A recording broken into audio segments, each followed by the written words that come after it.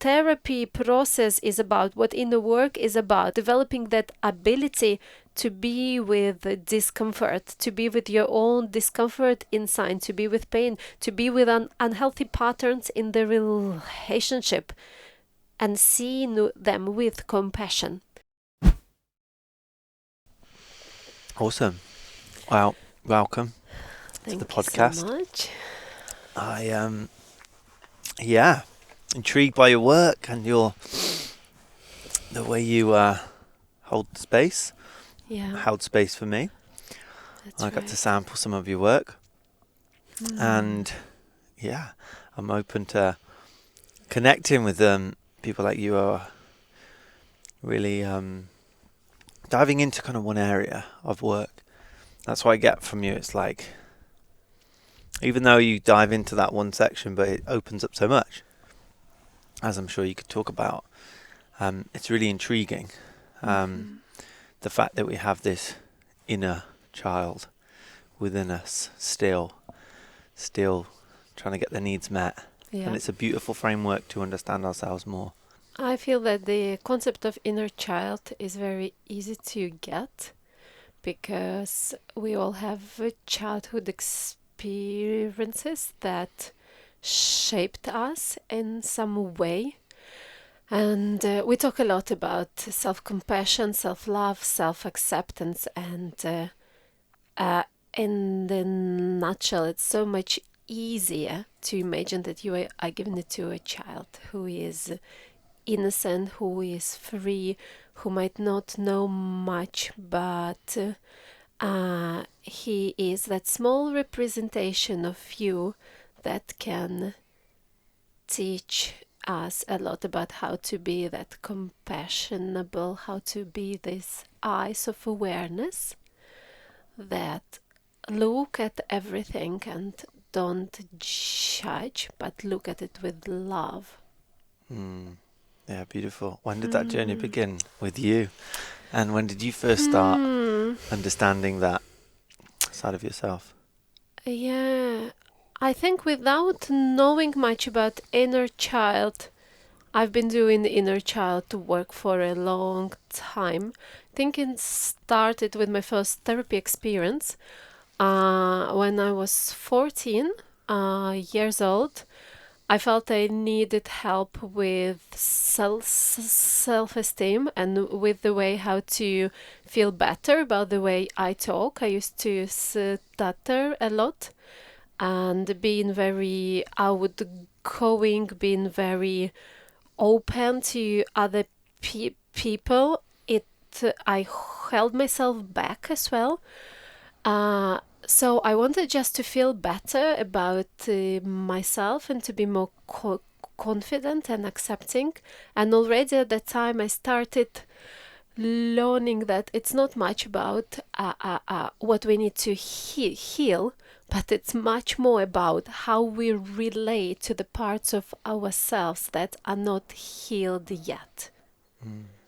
Otherwise, if that ultimate goal of I need to be healed and then I will feel blah blah blah, I need to be there and then my life will begin, it's just another chase for after unattainable happiness.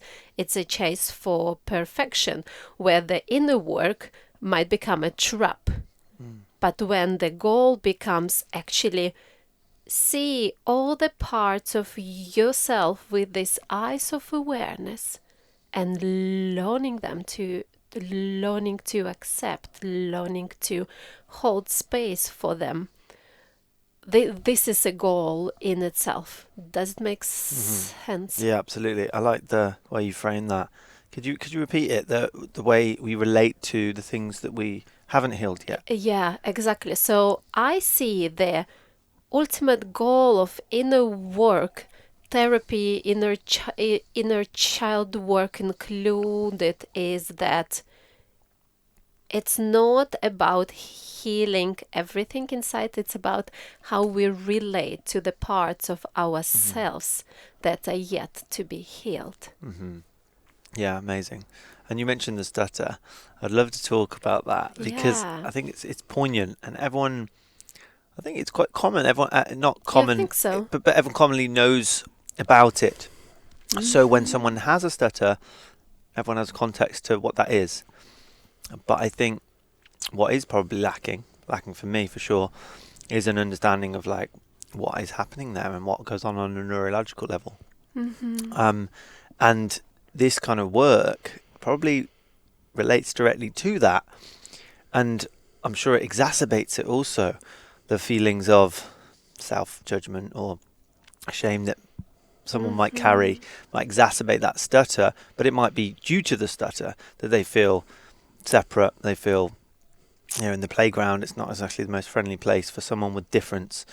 So I can imagine it exacerbates that very thing, but it's like a chicken or the egg, like what comes first kind of thing. That's right. I don't know what comes first for me. I know, according to the story of my family, that I started stuttering very early on, and no one really paid attention to it too much because I was told that, oh, it's cute, like it didn't they didn't take it Mm. seriously, I guess. But when I started elementary school, uh, the kids can be very cruel, and they would find a way to let you know that you are different from others. And I think I didn't stutter much at the time, but when I began school, that's where the stress, pressure, judgment of being different started to creep in, and that's where I lost my fluency of speech at all, I think. And yeah, it was quite a hard experience for me, and that's where my parents started seeing that something is not okay. And I went to many speech therapists and people who are trained to deal with the stutter. But the funny thing about my case in particularly, that every time that I will go and work with speech therapist, in the months they would they would say I don't stutter at all. It's like I'm fine. Something in the way, like they worked with me, and I was not living at home at that time. It's like an inpatient hospital for people who have difficulties to speak. So I was away from home, and in the months I would be perfectly fine. That they would even do joke about me that, Anna, come on, you just lie to us. It's like you don't stutter at all. But when I would come back home and to school, to the familiar environment that would trigger me in a certain way, the unconscious patterns of not to be able to speak as well would come back. And it was a mystery that I couldn't resolve much up until when I was 24 and went for my first meditation retreat. Until then, the stutter was quite bad, but I learned to deal with it. I learned to live with it. But on the meditation retreat, on the day 4 or 5, it was just a click in my head. I cannot explain it. It. I don't think it's magic or something. It might be something what I can't fully explain, but I think I was making the unconscious patterns conscious, and it clicked like, maybe I don't need to be that old version of me anymore. The way I speak shouldn't define me.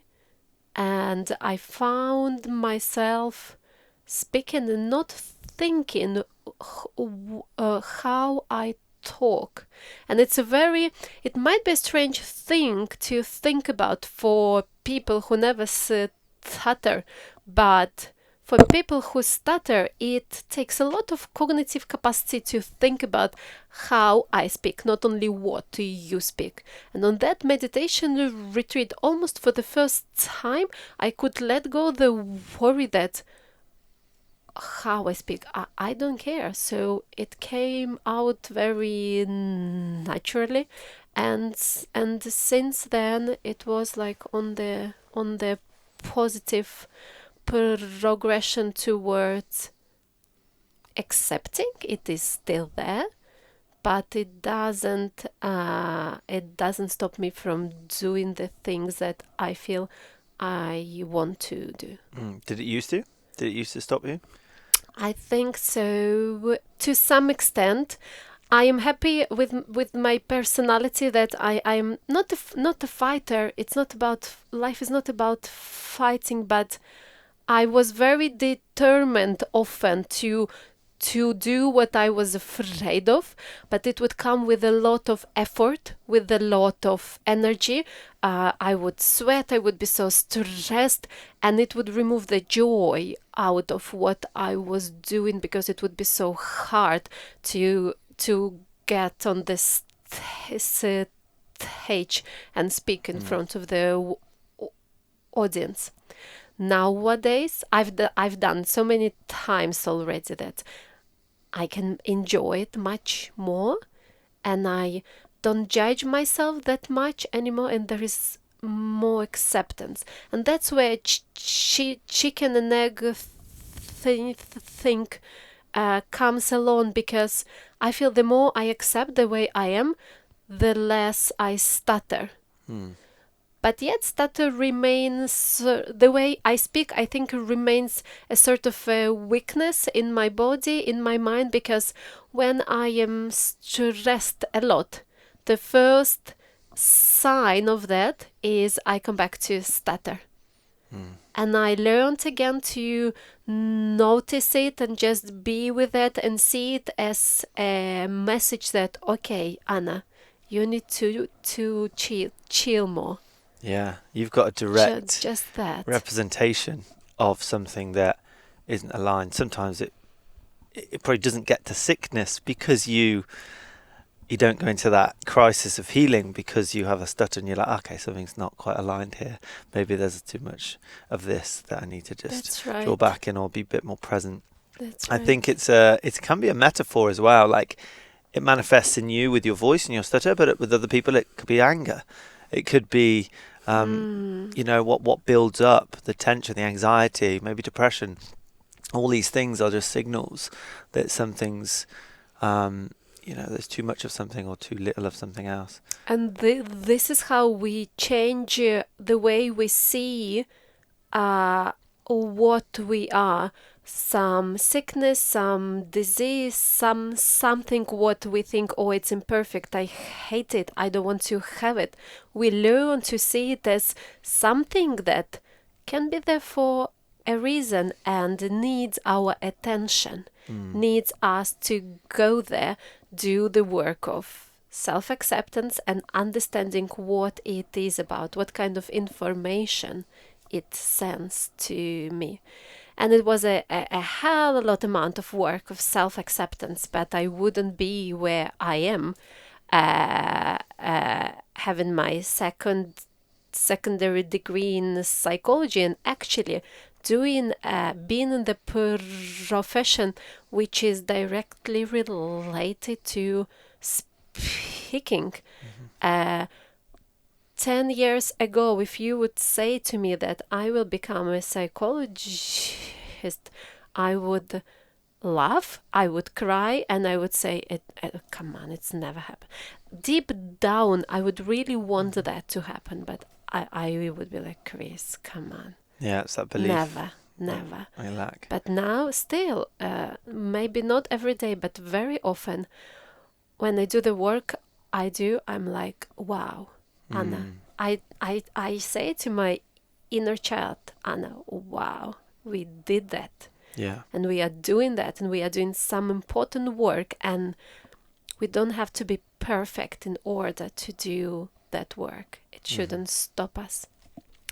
And when I work with the clients, my clients helped me a lot as well to understand one thing about me, that when I have enough courage to show up in front of them in that very imperfect state.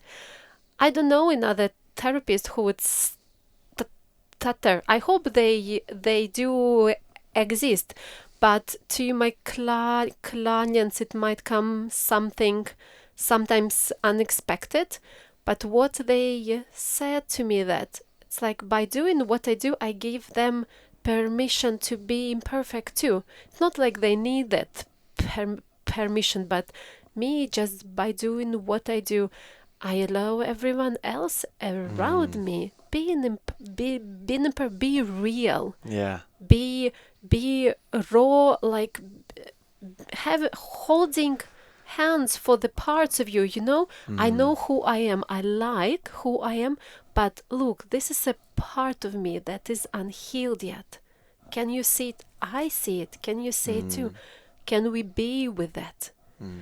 And that's where we drop the masks, and that's where we stop pretending that I am guru, I am fully healed, I am enlightened. No, and you don't have to. We are all the students of life, and we release a lot of pressure from each other and from ourselves if we allow ourselves to come into this space as we are, dropping down the masks, the facades. Yeah, that's beautiful. I think the challenge might be when the stutter doesn't appear to be there, maybe sometime in the future, and subsides, and then you move through it. Could be. The challenge might be to be like, oh, what am I going to do now? That was my superpower, because I gave people permission. I gave people permission to just be themselves, and because it's a beautiful. It's almost a gift that you can show up in that space and be very upfront and clear about it, and let people see that side of it. And it's like, oh, wow, look at you, all the amazing work you're doing, and you're not letting it hold you back. It's powerful. Love it. Are you familiar with the Paul Stamets story? I'm not sure, no. So he was on Joe Rogan. I won't go into too much detail, but it's a powerful story.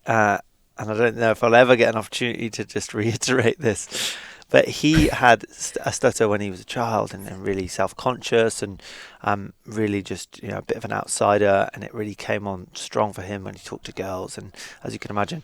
And he's very famous now for his kind of education and learning around mushrooms and psychedelic mushrooms, and the power and the potency that mushrooms have. He's like standalone number one. He was in the movie Fantastic Fungi. He came on Joe Rogan about 5 years ago. Yeah, so he's like the narrator, the guy with the mushroom hat.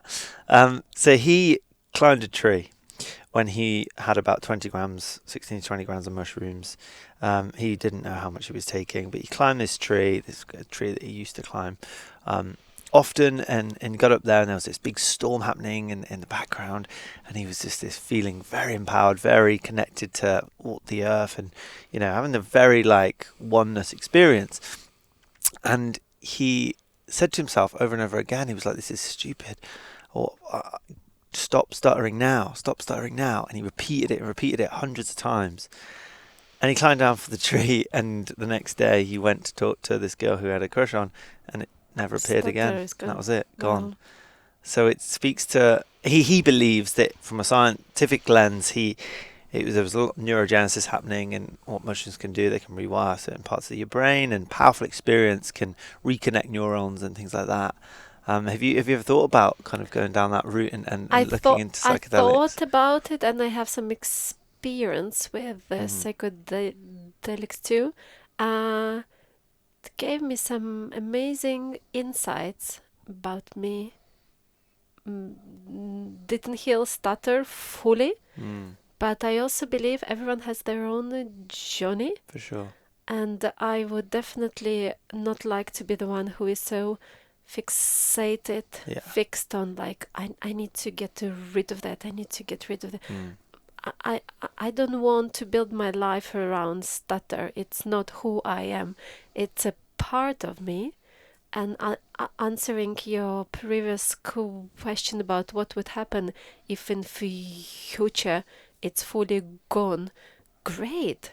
There will be a next chapter, a next story, next not a version of me, but I'm sure something else will come up, and then the stutter will just be part of my story that I will try to honor, and maybe sometimes I would tell, you know what, in the past I would stutter like hell, but now not.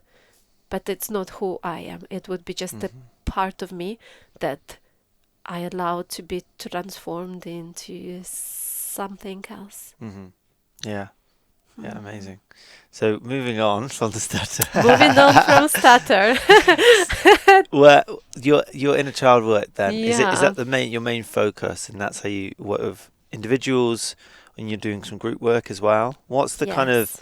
the contrast between those two settings, and what's the difference in working with just one-on-one and working with groups? How does that work out? So I am a psychologist, therapist. So who I'm a psychologist and a therapist who is doing inner child work. So inner child work, it's, I would say, just an approach. I do provide individual sessions of therapy. Sometimes they include inner child work. Sometimes I work with different tools and different instruments. It depends who sits in front of me and what kind of problem people bring to me. A couple of years ago, I started doing therapy groups. Before I was doing the meditation groups, so I'm a trained meditation teacher. I was leading groups for 7 years already. I'd like to do groups more and more because I feel there is something different in the group dynamic to compare with one-to-one work. There are some advantages of both, but they tend to be quite different too. So when we do one-to-one work, me as a therapist, I can adjust the process that will be tailor-made especially for you, and it tends to be more safe space, more intimate space. Clients tend to be a bit more relaxed when it's a one-to-one. So sometimes you can go deeper into the past experiences that you need to explore. The group setting might not be for everyone. I would recommend doing groups who is familiar with the therapy work in the individual format. It would be much easier to open up in the presence of the group. It takes a bit longer to go into the level that, okay, you feel accepted by the group, you feel safe with the group, but then almost magic happens when, through witnessing the stories of people in your group, you make your unconscious patterns conscious, and it can be stuff that you were not even aware of, but just by holding space for someone else and feeling their emotions, really connecting to their story, being present there, you always heal something similar inside of you too.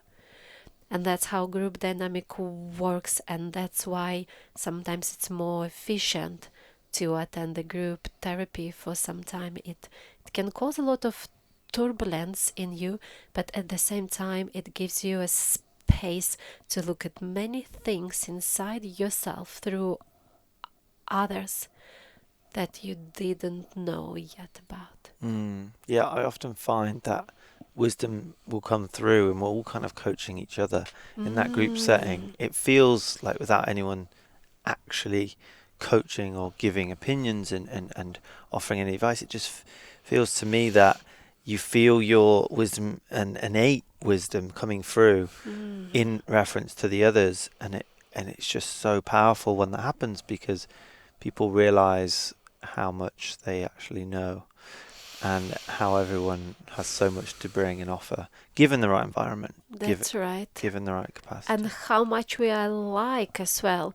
it brings that feeling of connection and belonging, where we normalize things that we used to be ashamed of, that we felt guilty about. When we understand how much similar we are, we let the guard down, and through relating to each other, we relate deeper to ourselves too. In the group dynamic as well, there is an opportunity to try yourself in many different roles. If we are doing inner child work in the group, someone can support someone else when they are going through the emotional story, and by giving another member of the group your support or your compassion, you are doing inner child work already, because you're practicing to be that inner parent, nurturing, caring, accepting for someone else. And when you practice it enough for someone else, it will be easier to practice it towards yourself too, because you would know it on the experiential level. It's not about you read it in the book or you listen to the podcast, but group therapy and therapy in general is so important, because it gives you that experiential it gives you that experience to feel what it looks like. And if you know how it feels, only then you can replicate it outside the therapy in your life. Yeah, exactly. What are some of the profound moments you've had working with people, and the kind of things that people have uncovered? I guess touching on like the real benefits of doing this kind of work and accessing that part of yourself. I would not be able to go through particular cases due to the confidentiality reasons, but what I can say, sometimes one of the most profound things I witness in my clients is that at the beginning they are afraid of their what they call inner darkness. They don't want to go there. They were repressing it for such a long time. But once we open that black box with very dark stuff inside, most of the time who we see there is a scared, unloved inner child. And that would be some of the most profound moments where the clients realize that there is nothing to be afraid inside. There is someone to love, someone to care for, and they need to be found. Therefore, inner work can be scary, but on the other end, there is always just someone to love. Do you find that's the case for everyone? Where we've got this, you know, and a lot of the craziness that we experience in life, the oppression, the judgments, the real, like, I guess the darkness really summarizes what we know to be the darkness that plays out in life, you know. If we call depression, anxiety is that darkness, then yeah, behind all of that is a wounded inner child inside, a part that got hurt in the past, and the part that got suppressed, and we feel disconnected. What depression is really about is a complete disconnect from our emotions, because somewhere along the line the emotion was so strong and so uncomfortable that unconsciously we suppressed it, and unconsciously we created a belief that, oh, it's better I don't feel that. But the emotions don't work in the way you choose not to feel one emotion and all emotions are fine. No, if you unconsciously choose not to feel something, then there is a whole block for you to feel. That's interesting. I've never heard it framed that way before. Do you not feel that sadness is a part of that depression, and the emotions that one would feel when they're depressed are overwhelming?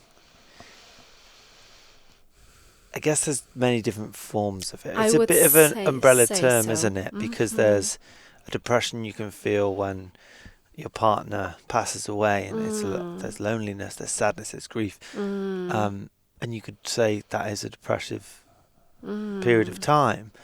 But then if that elongates, and I think this is where the clinical terms come in, it's like if it's for us this amount of period of time, which I never think is right to actually say that all humans after this amount of time, it's a different kind of depression. I guess what I talk more about is a clinical side of depression where you don't want to get out of the bed and you feel numb. Yes. But there are other symptoms like being overwhelmed with the negative emotions. And often where this overwhelm come from is that we again unconsciously hold on to the uncomfortable emotions.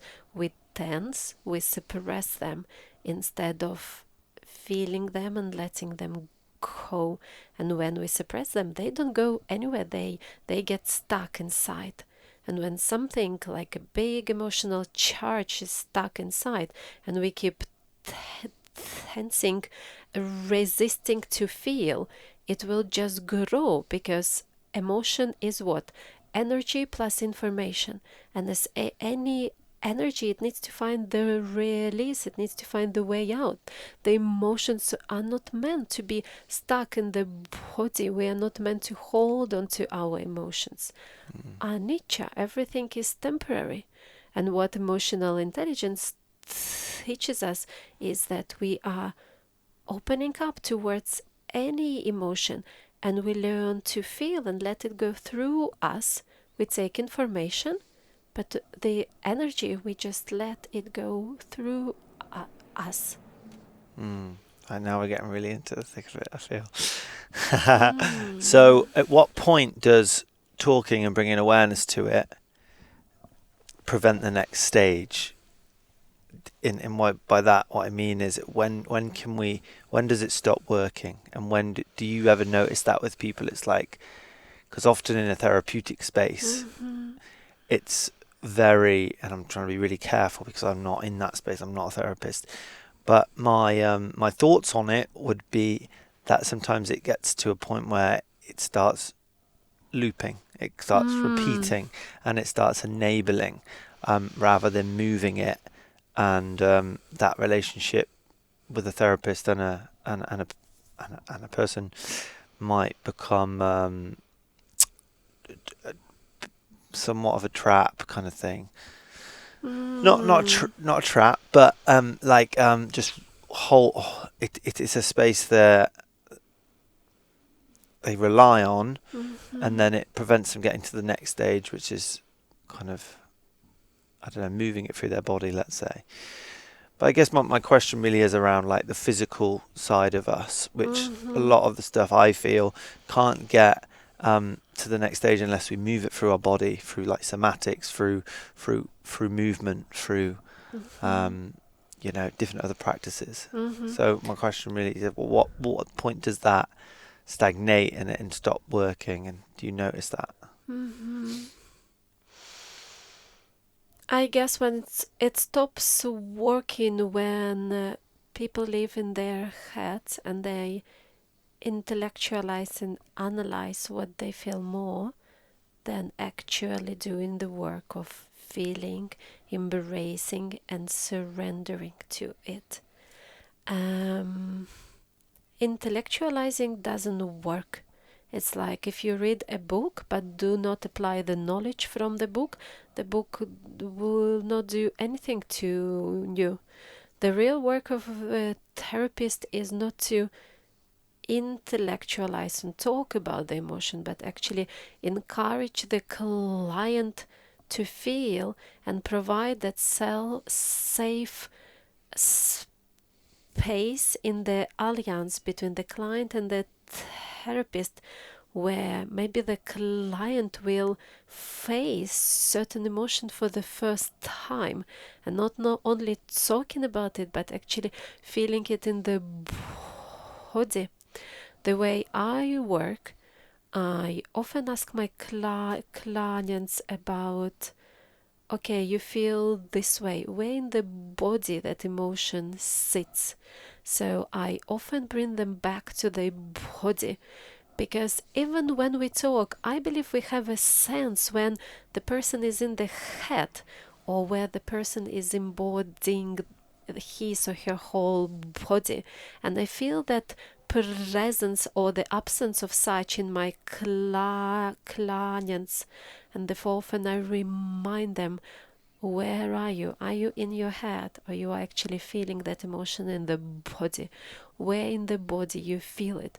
What are the physical aspects of it? Is it in the chest area? Is it in the stomach?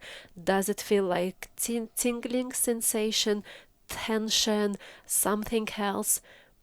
And then with the help of mental associations, we put an image to what the client feel and we detach it, and then we look at the image as a tool to explore more what that emotion is about.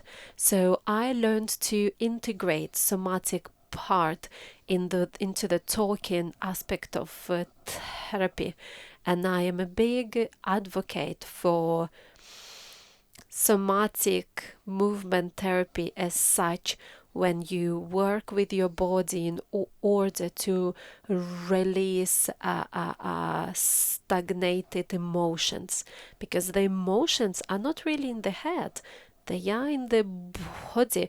Therefore we need to use that mind body connection and work holistically with both in order to uh, release and understand the emotions and welcome the emotions and be that channel rather than keep emotions inside. Hmm. Great explanation.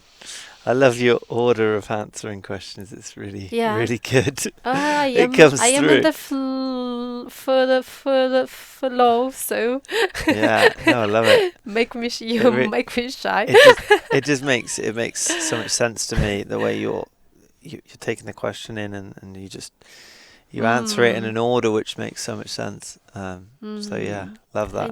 thank you. Yeah, what part does belief play in all this? Because I know the power of it is almost equal to anything else. So really, Huh. do you notice that some clients might not believe in something you're guiding them through, and that's holding them back? And how do you kind of work with that and through it? Mm. I feel you're asking probably more about trust, like Hmm. whether the Potentially, yeah. people trust me, whether I can help them. Yeah, belief that you're someone who Yeah, can help them, and yeah. belief that you know what you're doing or that you can hold it. Huh. Good question that I'm not sure I have a straightforward answer to. I guess when people come to me, they find me Mm. either through recommendations, either through referral websites, social media. They probably know a bit already about my work, and probably it resonated with them already. Mhm.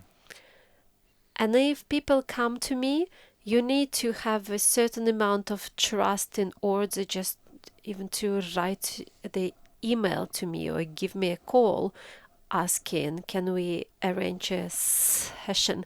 It needs, this intention needs to come from the client, because of course if the client is in complete mistrust, there is no space for me to step in, because what mistrust, what disbelief is a wall.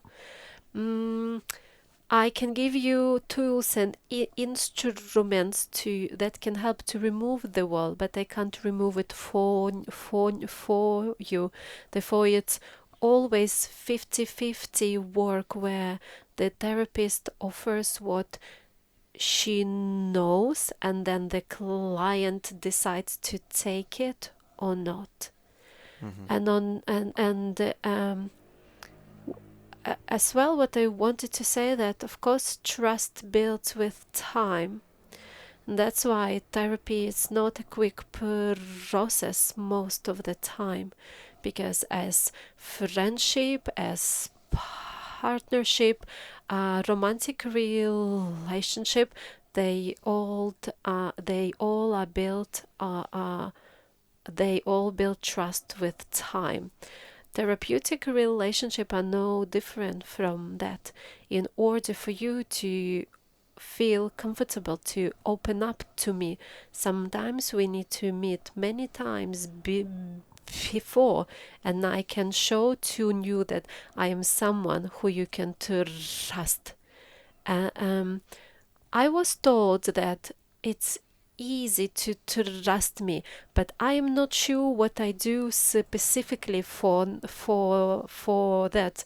I thought about it in the past, but I don't think I have any tools for that. So I do that and you trust me more. No, but I guess the values, my own personal and professional values that I come into the space with, being honest, being authentic, allowing myself not to be perfect, saying, I think I can help, but here I don't think I can because it's not my expertise. All of that helps to develop trust, but it's a mutual work that the client and therapist do together. Mm-hmm. Yeah. And I had a question on the tip of my tongue. Could you give us more of a look in? I know we've touched upon parts of it, to some examples of the benefits of working with your inner child. So if someone was to listen to this and then think, okay, I trust her, I resonate. What are some of the ways in which some of the tools or practices that you actually work directly with people, just to give people more of an insight into that? So I can talk about the tools and I can talk about the benefits of them. So the therapeutic modality that I operate in, it's called emotion image therapy. It's a psychodynamic modality that tends to bridge the unconscious with the conscious. So we do go quite quickly deep into the part of unconscious mind in order to discover what outdated programming is still on there, what all the patterns and beliefs are there, formed pretty much before the age of 7, that still affect and maybe even run your life. Through the work in emotion image therapy, through the method of free associations, when I ask you to bring to mind certain images, imagine things, the language of unconscious is images, not words, because we kind of make sense about the world by the age of 3, but not all of us can speak very, very well by then. But we feel and we experience the words through images, through mental associations, that then stay with us. Therefore, in order to go as deep as to early childhood experiences, images are very good to bypass the ego mind and to actually connect with that emotions, with that information of what happened to you in the past. And then by talking to the images, interacting with the images, and transforming them, we transform the inner emotional state as well, letting go of all beliefs, healing the parts that experience trauma, feeling the emotions that were stuck in the past, and all of that we do with the help of emotion image therapy. And I guess what I just talked about, it already includes the benefits of that work and why do we do it for, in order to stop the past define our present and our future, in order to let go of what is not working for us anymore, and stop unconscious and stop repeating these unconscious patterns that sit within us, and unless we make them conscious, they will happen again and again and again. So we need to bring awareness, and we need to learn how to transform those experiences in order to change. Mm-hmm. Yeah, we do. We project our past to the future, and we almost relive it. That's pretty much the makeup That's of right. what a lot of people are doing. There was this analogy once that you're like behind the wheel of what you think your car, you're driving your car, but you're too busy staring in the rearview mirror to actually understand what's in front of you. And by that, we don't live our past. We actually just project it into the future, and then we live that over and over again. Like, for example, a girlfriend that I had, there was a kind of a rupture in trust, and there was a betrayal there, and that really threw itself into the future in terms of every relationship I would then get into, it would just play out and I wouldn't trust. So it's me taking that incident that happened in the past and then just putting it into the future, which is based on no reality at all. Yeah. That's just an example of many things that go on. Because this is the only familiar reality we know. And for the mind, it's too scary to step into the unknown or uncertain or uncertainty or different pattern. Therefore, ego keeps us safe in that way by replicating the past reality onto the future. But are we really happy there? Not necessarily, and it takes some work and awareness to revisit. What we're happy with, we keep. What we are not happy with, we change.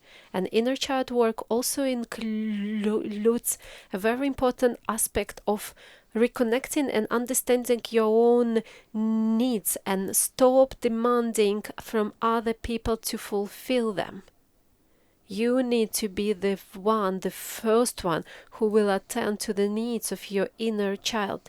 You need to stop seeking for love and attention where it is unavailable, just because you base it on the pattern that your mom or your dad was emotionally unavailable. That's what we learn, what the love is, and then we keep looking for the partners who are emotionally unavailable. But in order to stop this pattern, we need to see what we are doing, and it can be a very painful reality to face. And it takes some time to straighten up to be able to face that reality. And then we realize that actually I don't need to do that anymore, because I know what my inner child needs, and I can give it to him or her without going into the next codependent or toxic relationship. This came as a vivid example how we repeat the stories of the past, and how we ask someone else to fulfill our needs, which will never work because we ask and look in the wrong places. Yeah, when I learnt that, Yeah. it was a real big eye-opener in terms of relationships and what we look in those intimate partners. We replicate what was familiar as well, which plays into that. That's right. It's very common for someone growing up and one of their parents wasn't available, and then they end up getting Same with partners. Relationship, yeah, because for it's like ego, the cosmic joke, but because so you can heal it. For ego it feels familiar, so sometimes it feels like love. Yeah, because then there is a body reaction. There is, oh my God, I remember that feels like love. But very often that love becomes a trauma bond, and then we need to realize that sometimes it is uncomfortable to change, but there is nothing wrong with discomfort. We need to go through certain discomfort to let go of the familiar pattern of having unavailable partner. Mm-hmm. Yeah. Yeah, and it's... I've been there too. I was married and divorced once, and it was one of the biggest lessons in my life, where I was pushed to learn to give to myself something what I needed from the partner who couldn't provide me with that, because no one could. So our partners are the biggest teachers as well, because they mirror us and they show to us where we need to do some more inner work. The biggest teachers. Biggest How much teachers can we lean indeed. into that, and how much can we also acknowledge what we need in those moments? I think that's the biggest thing. Whether you heal it or not, it's like how you work with it and how you communicate it effectively. That actually puts things in context, like early on. Like, this is what I know about myself. This is what I know about these first, years of my life. And then it really helps so you don't develop unhealthy patterns in your relationship. I have a very pragmatic, very, I guess, opposite to idealistic approach to the relationship, that unhealthy pattern will come up anyway.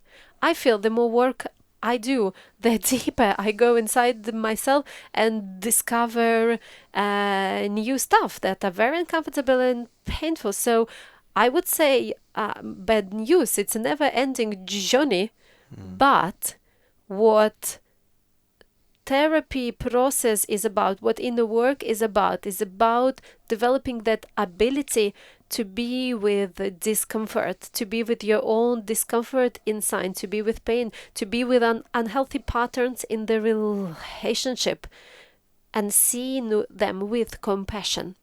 Compassion is a big thing in my own journey now, and in my relationship as well, because I deeply love my partner, but he's not perfect man. Thanks God, he is not. He is real. He is alive, and we practice giving ourselves grace and compassion when we trigger each other, because intimate romantic relationship will always trigger the deepest wounds inside of you.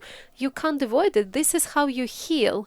But if you learn with time how to attend to these situations with compassion, give space to each other, trust each other that we will do our inner work in the right time.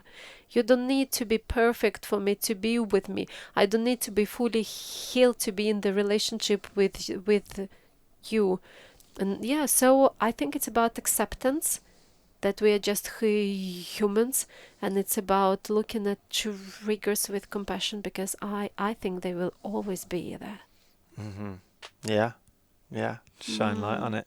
So nice that we kind of jump onto the topic of relationship, female energy, male energy. I like that.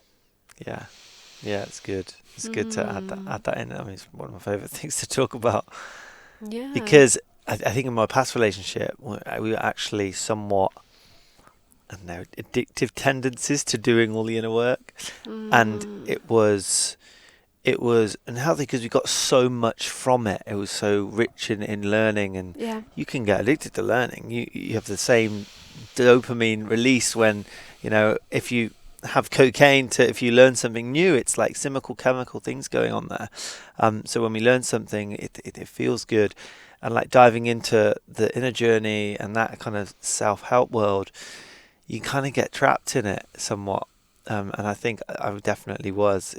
I was like, just loved learning and loved those opportunities, but it was just unsustainable because the growth didn't match up to the depth we'd go in the learning. And it was so consuming because for me it was very it was just so resource um, reducing. It was like it Was just it? reduces so much of your time, your money, your energy, Mm. and it's really striking that balance between those aspects that you know you want to work on, and you know you can work through, but also having the time, the energy to do all that with someone who's also at a Mm. similar place, because Mm-hmm. timing is a big thing as well. And often you might not be in the similar place or similar level. I don't know if level exists. Sometimes when I talk about level higher, lower, I feel it comes more from the ego.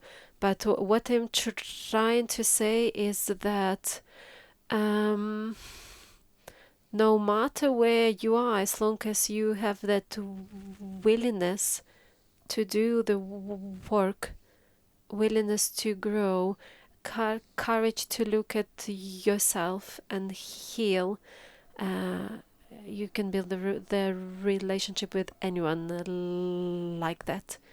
And sometimes, so me and my partner, we have different triggers in different situations.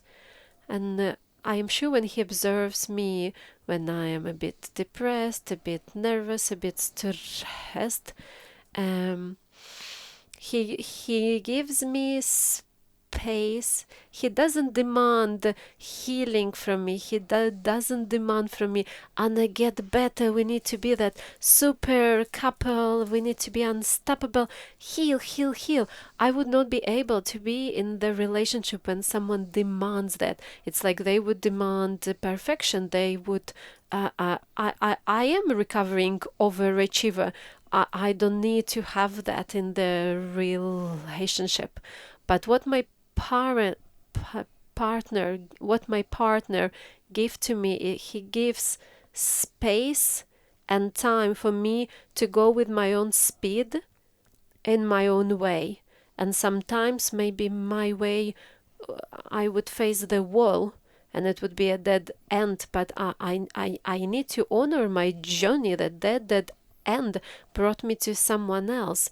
And I am very lucky with my partner who honors that journey and gives me my own speed and my own time. And that is based on compassion and acceptance. He has trust in me that I do my inner work. I have trust in him that he does it in his own time, in his own speed. And this is a big foundation for our relationship, I think. Yeah, that's beautiful. It's like discipline and surrendering to your process and the time you need. A beautiful definition I had the other day that speaks to this is holding you in your potential, but loving you in your process.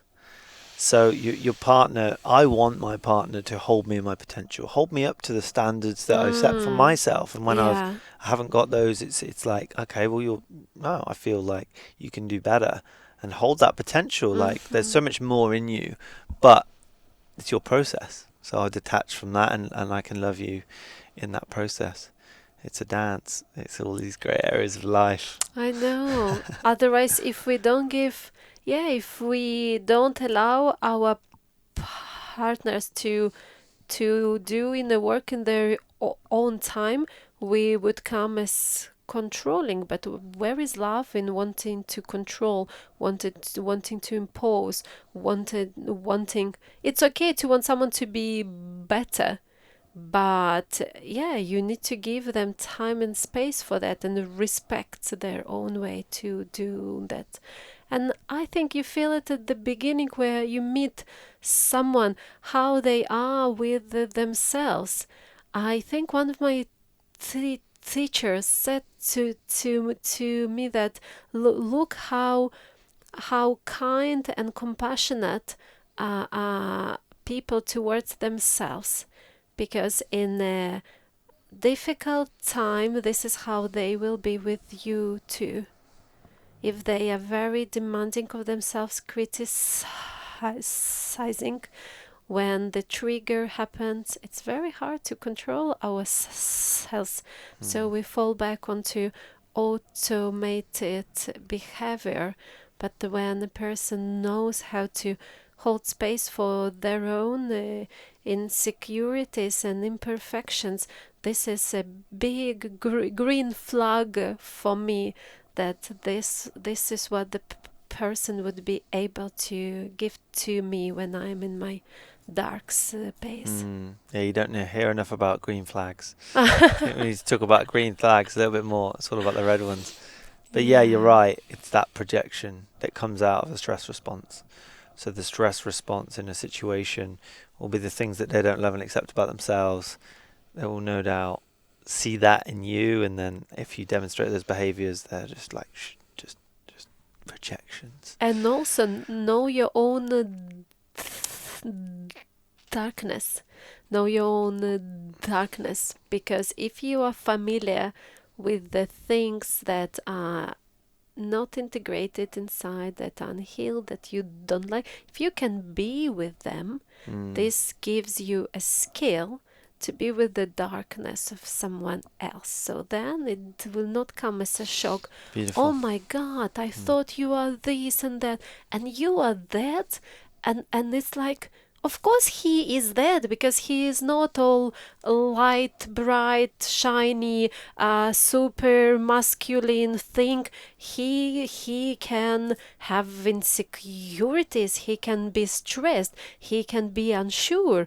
And it's not the dark side. I don't know what is the example of the dark side really, but if you are familiar with the dark side inside of you, you are well equipped to hold space for someone else's darkness too, and you don't see them as white or dark, you see them as whole.